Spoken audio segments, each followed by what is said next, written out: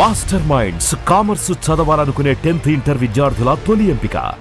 మీ లైఫ్నే కాకుండా చాలామంది టెక్నీషియన్స్ కానీ హీరో కానీ హీరోయిన్స్ కానీ చాలామంది లైఫ్ని మార్చి ఆడియన్స్కి సూపర్ ఫీల్ ఇచ్చిన మూవీ మనసంతా నువ్వే.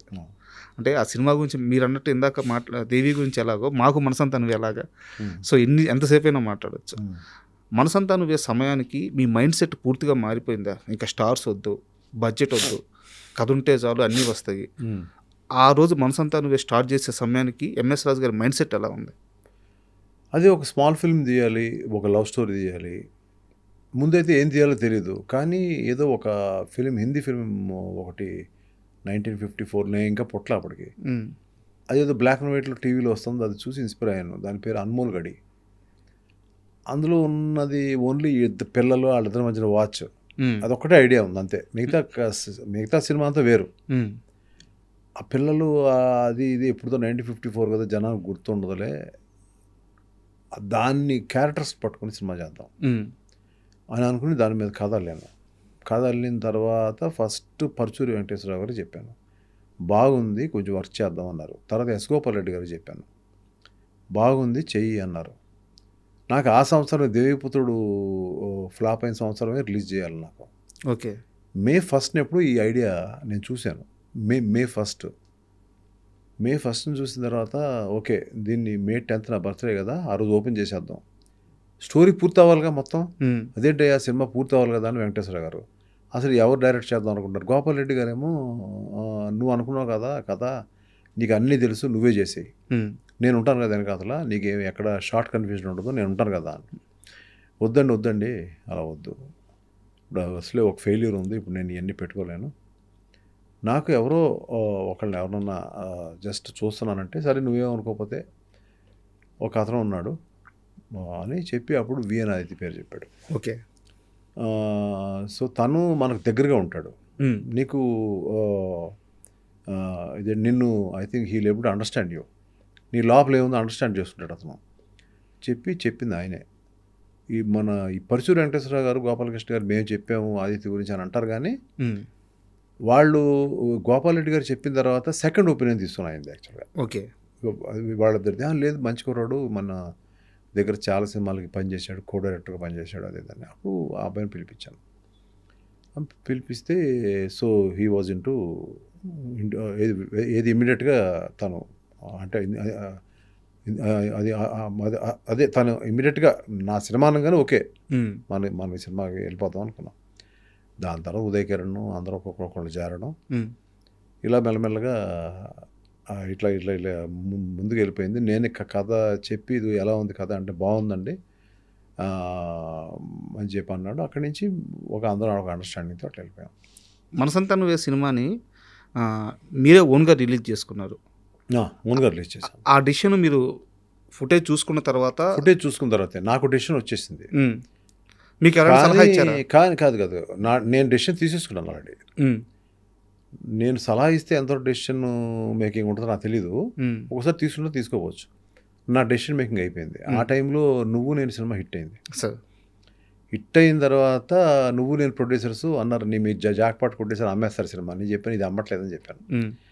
దీని తర్వాత ఊరికే కూర్చున్నప్పుడు పరచూరి గోపాలకృష్ణ గారు, వెంకటేశ్వర గారు ఇద్దరు కూర్చుని ఉండగా, ఏమండి ఇది అమ్మాలా లేదా అని నేను అడిగాను. ఒపీనియన్ కోసం మొత్తం ఉంచుకోన్నారు. సో అంతకుముందు నేను ఉంచుకోవాలని ఉంది అనేది వాళ్ళకి తెలీదు లోపల. సో అది సింక్ అయిందని నేను అప్పుడు ఎవరు అడిగినా కూడా నేను ఇవ్వలేదు సినిమా. అది అప్పుడు ఎంత అండి, 1.5 కోటి ఎంతో చేసింది, 1.5 కోటి ఎంతో అయింది సినిమాకి మొత్తం టోటల్గా. వ్యాస్ట్ అంటే 14 times వచ్చింది. ఇప్పుడున్న ఓటీటీ లేవు, ఇప్పుడున్న శాటిలైట్ రేట్స్ లేవు, అవి లేకుండానే 14 times వచ్చింది ఆ సినిమాకి. అదే సార్, కలెక్షన్ చూస్తే 14-15 కోట్ల రూపాయలు. ఉదయ్ కిరణ్ గారి రియాక్షన్ ఏంటి సార్ అంత పెద్ద హిట్ తర్వాత? ఏం లేదండి, అందరూ everybody were gelling so much, everybody మంచి అండర్స్టాండింగ్తో చేసాం సినిమాని. అందరూ కూడా ఎవ్రీబడి. ఎక్కడ మనకి ఒకటి ఏంటంటే అండి, మనకి ఎదురీది ఏ టెక్నీషియన్ కానీ ఏ ఆర్టిస్ట్ కానీ ఒక ఎంఎస్ రాజుని ఎదురీది వెళ్ళిన సందర్భం ఎక్కడ లేదు. కన్విన్స్ చేసుకుంటారు వచ్చి, అలా కాదండి ఇలా కాదండి, ఎందుకంటే నా మొహం అలాంటిది, వచ్చిన కాదండి ఇలాగే చేద్దాం అనే మాట ఎవరు అంటారు నాకు సార్ ఒకరు చెప్పినా అసలు మీరు వినే రకం. వినే రకమే నేను విన్నంతసేపు నేను అన్ని అన్ని బాగానే ఉంటుంది, కానీ కొన్ని హార్ష్ డెసిషన్ తీసుకుంటాను. అలాంటి హార్ష్ డెసిషన్స్లో ఏంటంటే నేను ఆదిత్య నాకు నెక్స్ట్ ఫిలిం ఇదే, ఈ రూమ్ నాకు ఉంచేయండి నాదే అని అన్నోడు ఇంకో ఫిలిం ఒప్పుకున్నాడు. నాకు చెప్పకుండా ఒప్పుకున్నాడు అని కోపం వచ్చేసింది. చెప్పు ఒప్పుకోవచ్చు కదా అని చెప్పి కోపం వచ్చేసింది. అతను ఉన్న ప్లేస్ ఎప్పుడు అతని ప్లేస్కి వెళ్ళను నేను. అతని ప్లేస్కి వెళ్ళి అతని మీద అరిచాను గట్టిగా. అతను అస్సలు బిక్క చచ్చిపోయాడు, అతను అలా ఉండిపోయాడు అలాగా. తర్వాత నాకే అనిపించింది అమ్మని చూస్తే ఎందుకన్నా నేను గవ్వుకునేలాగా. Okay youngsters let them earn money, ఏముంది తప్పే ఉంది, ఓకే ఆదిత్య మనం ఎప్పుడు సందర్భం వచ్చిన మళ్ళీ చేద్దాంలే, ఇది బాగా చెయ్యి, నీకు ఏదన్నా నీకు ప్రాబ్లం ఉన్నా ఇందులో, నీకు ఏదైనా స్టోరీలో నీకు ఇబ్బంది ఉన్నా నా దగ్గర రా, నేను చేస్తాను. ఆ కోపం అంతా పోయింది. అదే ఆ తర్వాత అందరూ మేమంతా బాగానే ఉండేవాళ్ళం. తర్వాత తనకి అది హార్ష్ డెసిషన్ అంటే చెప్తాను నేను. బాస్ అనే సినిమా చేశాడు తను. అవును, నాగార్జున గారితో. నేను అప్పుడు ఆట అనే సినిమాకి ఎవరు డైరెక్టర్ పెట్టుకోవాలో నాకు తెలియదు. ఆ టైంలో బాస్ అనే సినిమా సడన్గా పోయింది. నేను కూడా థియేటర్కి వెళ్ళి చూశాను, మా ఆదిత్య అని చెప్పి నేను థియేటర్కి వెళ్ళి చూశాను. ఇది చూసినప్పుడు నాకు నచ్చలేదు సినిమా, కానీ తనకి మెసేజ్ పెట్టాను, బాగుంది సినిమా, టెన్షన్ ఏం పడద్దు అని పెట్టాను. అతను ఇప్పుడు కూడా ఆయన బాగుందని చెప్పారు కదా, ఆడుతుంది అనుకుంటున్నాడు అతను. కానీ తనకు తర్వాత తెలిసింది, కానీ ఎందుకు నిలబెట్టాను తనకు తెలియదు. దాని తర్వాత ఎప్పుడో మెల్లగా నేను ఫోన్ చేసి మళ్ళీ పిలిచాను.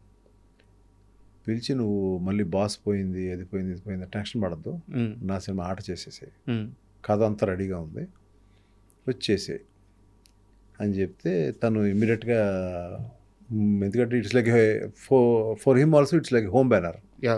నాకు విపరీతమైన అండర్స్టాండింగ్ ఉంది తనతో. ఏదైనా ఉంటే తిడతాను, ఏదైనా షార్ట్ జరుగుతున్నప్పుడు ఏదైనా ఫోన్ రింగ్ అయినా, అంటే అంత క్లోజ్ నాకు, చనువు ఉంటుంది బాగా చనువు. లేదంటే ఏదైనా ఎక్కడికైనా ఎక్కువ తను కొంచెం ఉండే పనులు కూడా చేస్తున్నాడు, ఈ ఫోన్ల ద్వారా వాళ్ళకి హెల్ప్ వీళ్ళకి హెల్ప్ చేస్తాను చాలా ఎక్కువ. పిలిచినప్పుడు ఏంటయ్యా సినిమా కాస్తుంటే రా అని చెప్పి గట్టిగా తిడుతూ ఉంటాను, అది వస్తూ ఉంటాడు. ఇలాంటి అండర్స్టాండింగ్ మా ఇద్దరి మధ్య. ఇప్పుడు దానికి తగ్గట్టే డైరెక్టర్స్ అసోసియేషన్కి ఆయన హెడ్ అయి ఉన్నారు. అందరూ అయితే ఒక క్వశ్చన్ అడుగుతాను, చాలా ఫ్రాంక్గా చెప్పాలి మీరు. ఆట సినిమా షూటింగ్ నిజంగా అంత సజావుగా సాగిందా? ఆట సినిమా విషయంలో నేనేం ఇబ్బందులు వచ్చినాయి రాలేదా? నేనేం చెప్పాను మీకు, నా దగ్గర ఏ టెక్నీషియన్ ఆర్టిస్టు ఒక ఏదైనా అలగడం చేయడం కన్విన్స్ చేసుకుంటారు తప్ప, మీకు ఇది ఏ సందర్భంలో విన్నారో ఎలా విన్నారో, నేను తీసే ప్రాణం పెట్టే సినిమా మీద ఒట్టు. మరి ఆట సినిమా ఎక్కడ విన్నా మీరు ఎవరు, నేను పేర్లు చెప్పొద్దు, ఎక్కడ విన్నా అది రూమర్, అబద్ధం అంతే. ఇంక మీరు ఎందుకంటే అడుగుతున్నాను ఆట గురించి, ఇది నా సినిమా మీద ఒట్టేసి చెప్తున్నా. మీరు ఇది ఎవరు చెప్పారు అనేది కూడా నన్ను మాత్రం అడగద్దు, లేదంటే ఎక్కడి నుంచి విన్నారు వినద్దు, రూమర్ వినొద్దు. నేను చెప్పిందే హానెస్ట్గా చెప్తున్నాను. ఇది జరగదు కూడా, ఇది జరగలేదు నా లైఫ్లో, ఎప్పుడు జరగదు. నేను అలిగి వెళ్ళిపోతా. అది ఓకే. ప్రభాస్ 5 నిమిషాలు పౌర్ణమికి లేటుగా వస్తే అలిగి వెళ్ళిపోయాను. కారులో ఫ్రీగా స్పీడ్గా వచ్చి నాకంటే ముందు ఆపి వెళ్ళలేదు, నన్ను తీసుకొచ్చాడు. నన్ను ఏంటి 5 నిమిషాలు లేటుగా వస్తే ఏంటి, అది అప్పటికే మా ఇద్దరి మధ్య బాగా క్లోజ్. గట్టిగా అరిచాడు నా మీద, గట్టిగా అరవకు ఏంటి లేటుగా వచ్చి, మేము రండి సోది రండి అని చెప్పి పట్టుకుని అతను కారు ఎక్కించుకొని తీసుకెళ్ళిపోయాడు. అలా మనం ఏదో దాంట్లో రాత్రి అంతా మనం నిద్ర లేకుండా ఆలోచించి తీస్తూ ఉంటాం. హిట్ ఆఫ్ ఫ్లాప్ తర్వాత విషయం. పొద్దున్న వచ్చినట్టు నాకు ఆర్టిస్ట్ రాదు, ఎందుకు రాడు